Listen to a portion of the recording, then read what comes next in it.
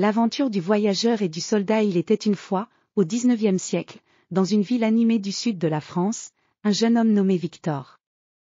Victor était un voyageur passionné, toujours avide de découvrir des terres lointaines et des cultures exotiques. Un jour, il reçut une lettre mystérieuse l'invitant à participer à une expédition exceptionnelle. La lettre mentionnait un trésor caché au cœur d'une île lointaine, mais elle faisait également allusion à une sombre histoire de servitude. Victor, curieux et déterminé, accepta l'invitation et se prépara pour l'aventure. Il embarqua sur un grand navire, l'Aventurier, et partit pour l'île décrite dans la lettre. Le voyage fut long et périlleux, avec des tempêtes et des vagues géantes.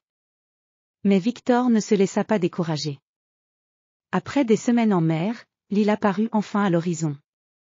C'était une terre luxuriante, couverte de forêts épaisses et entourée de plages dorées.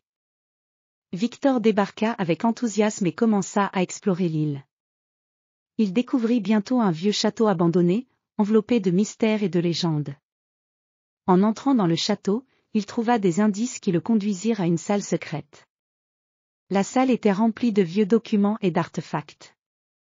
En examinant les papiers, Victor découvrit une histoire surprenante. Il apprit que le château avait été le domaine d'un riche marchand qui avait été capturé par des pirates. Les pirates avaient forcé les habitants du château à travailler comme esclaves dans des conditions terribles. Victor était bouleversé par cette découverte.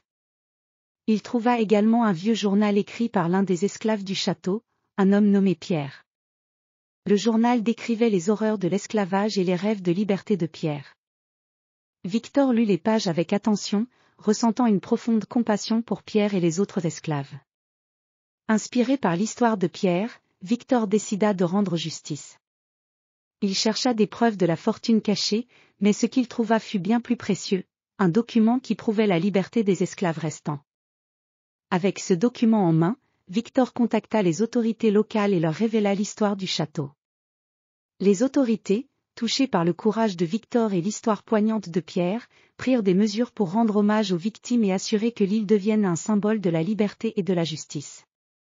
Le vieux château fut restauré en un musée qui rappelait les souffrances passées et célébrait la victoire sur l'injustice. Victor rentra chez lui, non seulement avec des souvenirs de son voyage, mais aussi avec la satisfaction d'avoir aidé à réparer une partie de l'histoire injuste.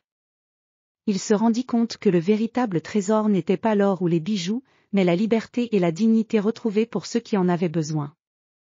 Ainsi se termina l'aventure de Victor, un voyageur courageux qui avait transformé un passé sombre en un avenir lumineux, montrant à tous que même les plus grands défis pouvaient être surmontés par la compassion et le courage.